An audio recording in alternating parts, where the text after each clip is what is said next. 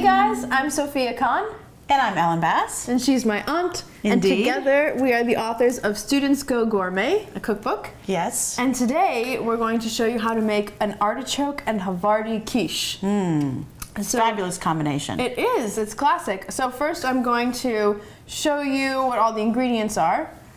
We've got 1 cup of ricotta cheese right here. We have the equivalent of about 4 or 5 sun-dried tomatoes in a nice julienne slice, and I usually get them in oil because then they're nice and moist and oily. I agree. We've got some quartered artichoke hearts here, so it's the equivalent of about 3 or 4 artichoke hearts, and they're drained and I've rinsed them.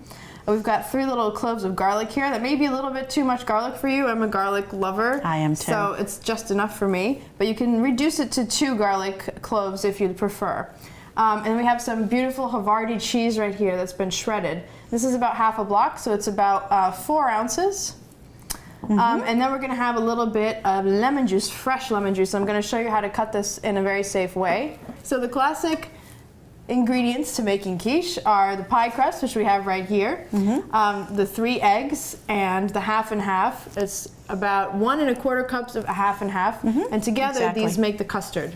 Exactly. So we've got all those ready to go, and Sophia is going to show us her neat little trick right now for cutting a lemon.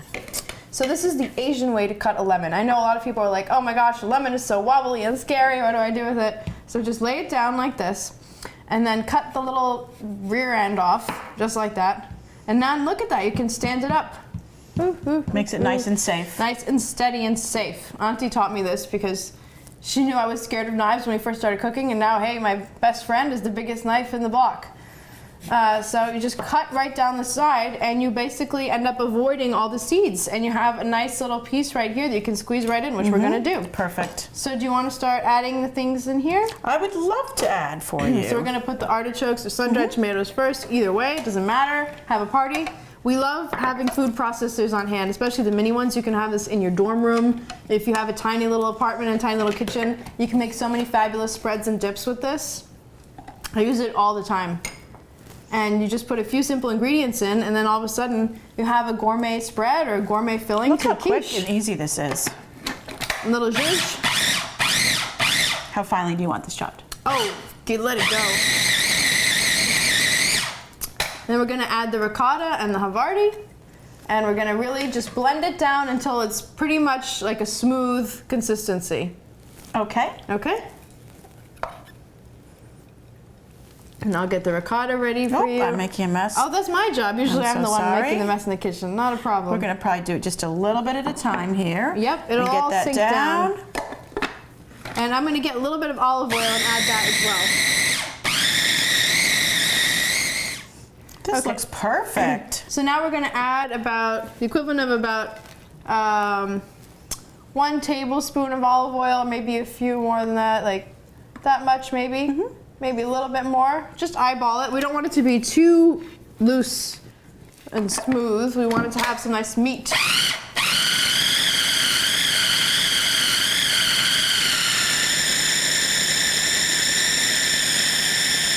Okay. Good. I think we can call that done.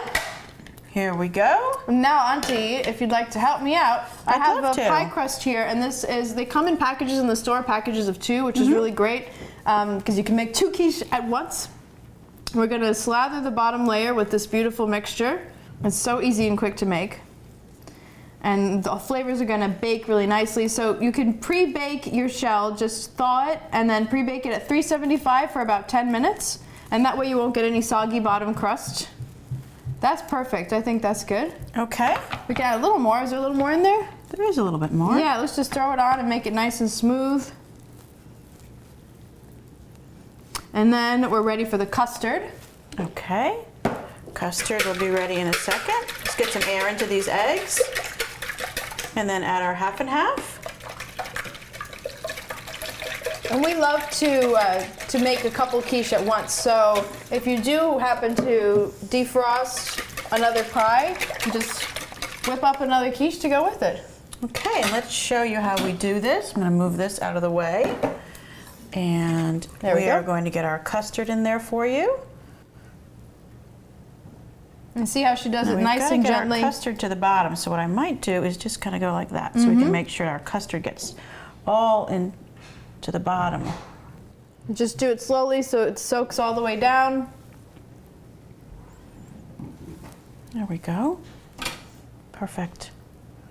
Beautiful. And you're going to garnish this with something interesting, aren't you, Sophia? So I love with a simple quiche like this, I love to garnish with a little bit of fresh tomatoes. So you can get bigger tomatoes or you can get little vine tomatoes, and you just sort of plant them right here, slice them nice and thinly, and then whoops, that one got dunked. That's okay. It'll still look pretty and it's taste gorgeous. delicious. And that fresh tomato combination along with the sun-dried tomatoes just sort of makes everything pop. So this is a fun way to decorate your quiche. And there we go. And we're ready to go in the oven at 375 degrees. If you want, you can sprinkle some black pepper over it. You could, that would be very pretty. 50 to 60 minutes and then it will be ready. And we've got one already done. We did Finished earlier product. today for you. And voila, this is what it'll look like. Thanks for spending time with us and learning about quiche. I'm Ellen Bass. And I'm Sophia Kahn. Happy cooking.